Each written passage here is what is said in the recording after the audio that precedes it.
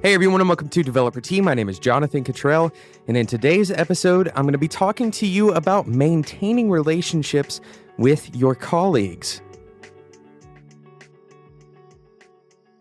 One of the things I like to do on Developer T is try to help people understand how to move up in their career.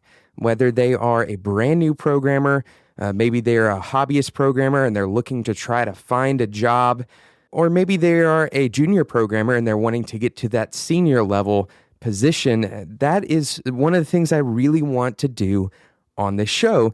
And so often, the route that most people try to take to level up in their career is to learn some hard skill. For example, they may learn a programming language and then they may apply that programming language to create a project. And this is an incredibly important step in the process. You want to increase your hard marketable skills because ultimately that's what we're doing, right? We are creating code, and that code is going to some kind of client or user. And that's really what we need to be practicing as developers to be able to level up in our careers.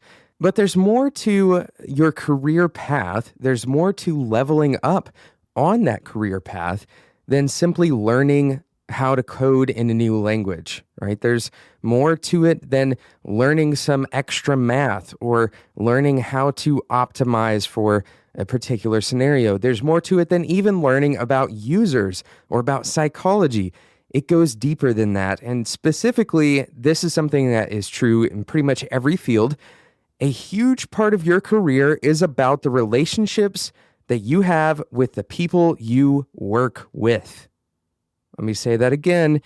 One of the most important parts of your career is the relationships that you have with the people that you work with, your colleagues, most specifically for today's episode. So in today's episode, I'm going to give you 4 things that are absolutely necessary to maintain those relationships with your colleagues. 4 things that are absolutely necessary for you to be able to maintain relationships with your colleagues.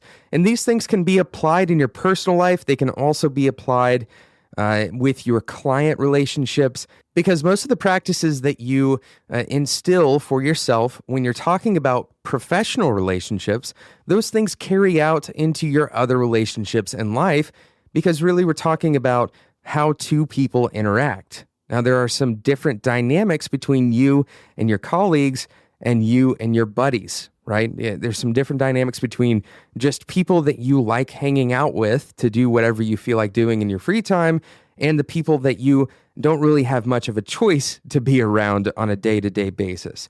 So I'm going to give you those 4 critical elements for maintaining a relationship in just a moment.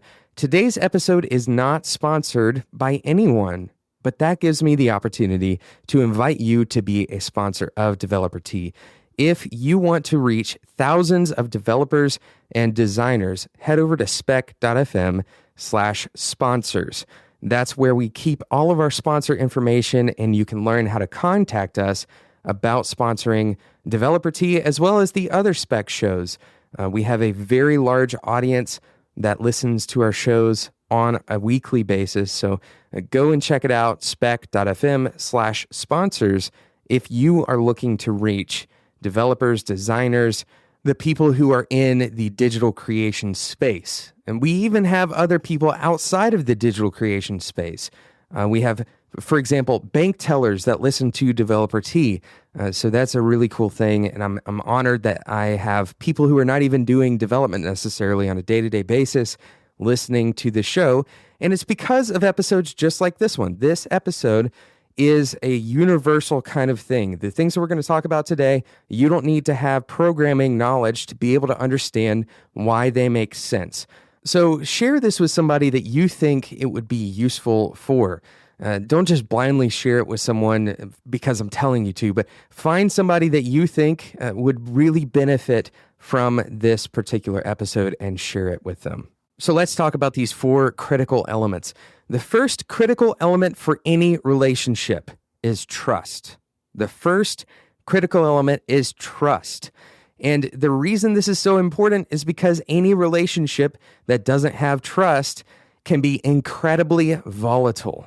If you don't trust the other person, then you recognize the possibility that they could be edging on that line of enemy and friend.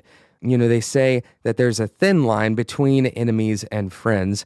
And when you have trust, that line gets a whole lot thicker, right? The less trust you have in the relationship, the thinner the line becomes between enemies and friends. Because if you don't trust someone, then you think that they potentially are lying to you. And if they're lying to you, then they might have other motivations for lying to you, right? But if you do trust them, then you can take what they say at face value. You know where you stand with that person. Now, it is possible to trust people who are not your friends.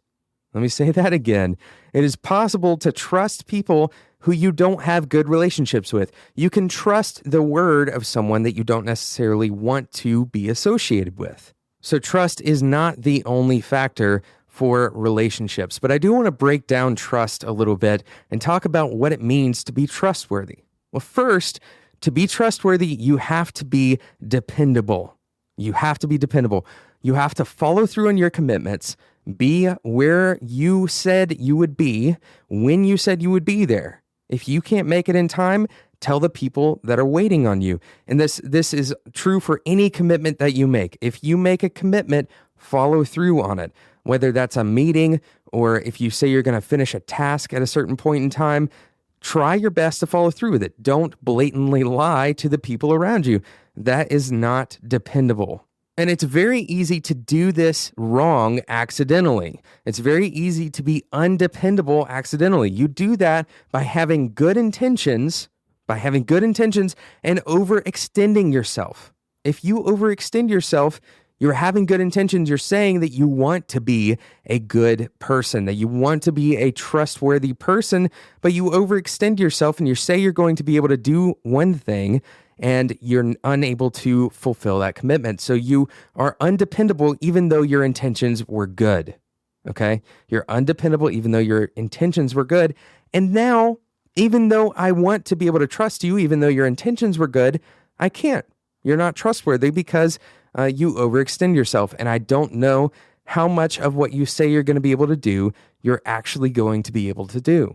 So that first factor of trust is dependability. The second factor is honesty and communication. Honesty and communication. If you can't finish something on time, it's far better to be honest and upfront than to wait until the due date to tell that you're not done with that particular thing, right? It is much better to be honest and upfront. Honesty is incredibly important. Consider your word your bond. Don't make promises you can't keep. This is obviously related to dependability. Be careful that you don't read this as don't make promises at all. Don't read it as that. You need to be making promises so that people know they can depend on you. It's important that you do make solid, dependable commitments and follow through on them. Making no commitments may technically make you honest, but it's not going to get you very far if people can't depend on you to produce something. If you haven't built a track record, it's like building credit with your friends and your colleagues. If you never actually make commitments, then you can technically say that you never break commitments, but that doesn't make you any more trustworthy, right? I need to see a dependable, solid, built-up track record of you doing what you said you would do. So I'd much rather you have a very conservative estimate that you're willing to commit to than an overextended estimate or no estimate at all. Of course, we lumped in communication here with trust. We could go on and on about communication. There are entire books written about the nuances of communication. And so we can't really cover all that is necessary to cover in one episode or even in 5 episodes about communication because it is such a complex topic. Communication is an incredibly complex topic. So we aren't going to try to cover all of that ground, but know that it is important that you focus on communication. And we've talked about communication on the show in the past. I'll leave some links in the show notes so you can go back and listen to a few of those episodes because we dive into some of those nuances previously, but we don't have time to cover it all in one episode. So Be certain that you are spending some time and energy learning how to communicate well with your colleagues. Okay, so critical factor number 1 for maintaining relationships with your colleagues is trust. Critical factor number 2 is creating routines and rituals. Creating routines and rituals. And you may not have seen this one coming because it seems like a total departure from where we were headed when we were talking about trust. But creating routines provides some common ground and a point in history to return to together. Okay? So if all you do is work together every day, you're not really creating something together. You're not really building your relationships necessarily, even if you're collaborating on your client work, for example. Even if you're pair programming, this isn't necessarily creating a more stable relationship.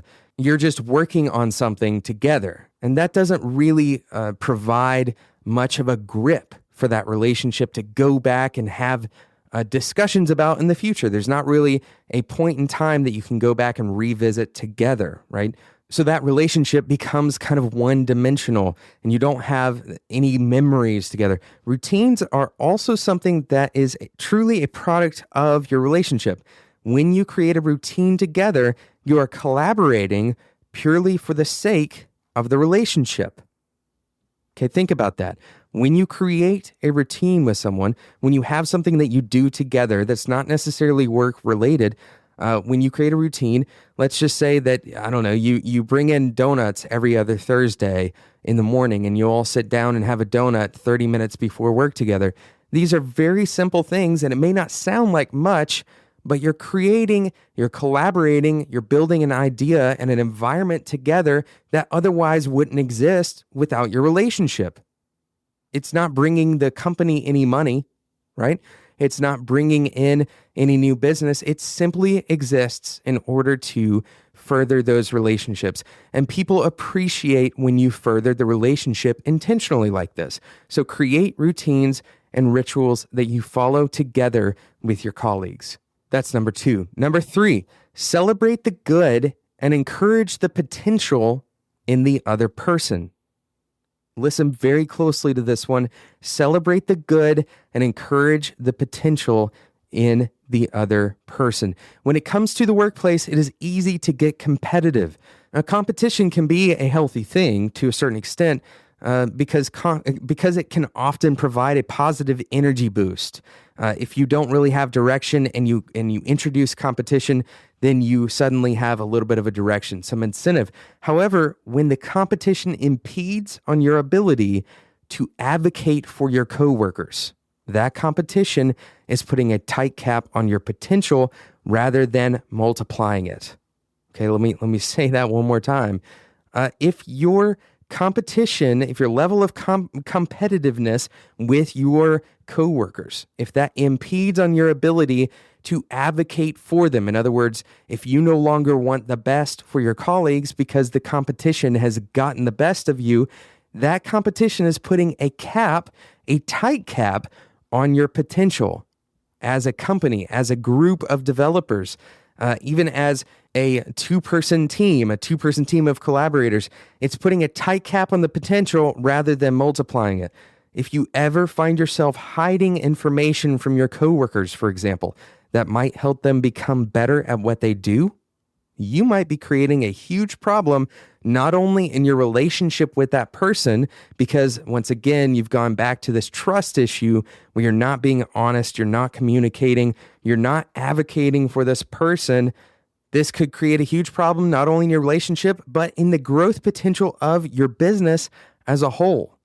So instead, you need to celebrate and enable the growth of the people you work with, of those around you, and accept that sometimes the result of this is that other people may get a raise or a promotion before you do, or maybe they'll get a raise that you never get, or a promotion that you never get. It's not the end of the world if that happens, but you are very unlikely to get a raise or a promotion by simply trying to hold someone else back so you can catch up. Okay? You don't want to hold other people back. That doesn't help you get a raise. By holding other people back, you're putting a cap on their potential and you may be putting a cap on the potential value that your team could create together. That doesn't help you get a raise. If you're putting a cap on the value, you're ultimately lowering the amount of money that's coming into your company. That's not going to help anyone get a raise. So even if you are totally a selfish person, right? Even if you are not concerned about furthering your relationship with other people, it's not a good idea to put the cap on someone else, to hide information from them, because ultimately them creating value in the company gives the company more of an opportunity to provide raises to everyone. So especially if you are looking to maintain good relationships with your colleagues, don't try to hold them down. Celebrate and enable the growth of those around you. Celebrate and enable the growth of those around you. Encourage their potential. Encourage them to look towards the future and learn new things, try out new things, become better programmers, become better people. Encourage them to listen to things like Developer T to develop their soft skills. Advocate for your coworkers and celebrate and encourage their growth. That is number 3. Celebrate the good and encourage the potential in the other person. Number 4, finally, is simply to be meek and mindful. Meek and mindful. If you've never heard the word meek, it means quite simply to be soft-spoken. This doesn't mean necessarily that you have to have a quiet voice. You shouldn't take this literally. Being meek means thinking about what you're saying. Being mindful means understanding the situation and providing yourself some context, not being too quick to speak, for example. Don't be too quick when you're providing critical feedback. Don't just say the first thing that comes to mind, because the words you say to the people around you are way more powerful than they feel coming out of your mouth. Let me say that one more time. The words that enter the ears of the people around you are way more powerful than they feel exiting your mouth. If you say something that is seemingly a joke that comes off as harsh, that may have long-term consequences with your relationship with that colleague. Think about the words you're saying. Be meek and mindful. Don't be quick to speak, particularly when you are critiquing someone else's work or when you're talking to another coworker about their performance or about an idea that they have. Most often, you will learn more by listening than you will learn by talking. In fact, almost every single time, you're going to learn more and increase your relational capital with another person by listening to what they have to say than by talking. We're going to round out these 4 critical elements with a quote from one of my favorite writers on the subject of relationships, Dale Carnegie. He's kind of considered one of the experts on this idea. He wrote How to Win Friends and Influence People a long time ago, almost 100 years ago at this point. So he said, you can make more friends in 2 months by becoming interested in other people than you can in 2 years by trying to get other people interested in you. One more time. You can make more friends in 2 months by becoming interested in other people than you can in 2 years by trying to get other people interested in you. And if you've ever tried this out, you know that this is absolutely true. Every minute you spend listening is worth exponentially more than the minutes you spend talking if you're trying to build relationship with that other person. Thank you so much for listening to Developer T, and thank you again to all of our wonderful sponsors. Once again, today's episode was not sponsored, but if you are interested in sponsoring Developer T, we have some open slots. Go and check it out, spec.fm/sponsors, spec.fm/sponsors. Of course, the links will be in the show notes, but those are already on spec.fm. So go straight to spec.fm/sponsors if you are interested in sponsoring Developer T or any other show on the Spec Network. You can make sure you don't miss out on any future episodes of Developer T by going and subscribing in whatever podcasting app you use. Podcasts are all over the place now. Developer T is on Google Play, we're in iTunes, we're in Stitcher, we're pretty much everywhere. So make sure you subscribe in those places so you can get the episodes automatically delivered to your device. It'll send you an alert whenever we post a new episode. Thanks so much for listening to Developer T, and until next time, enjoy your tea.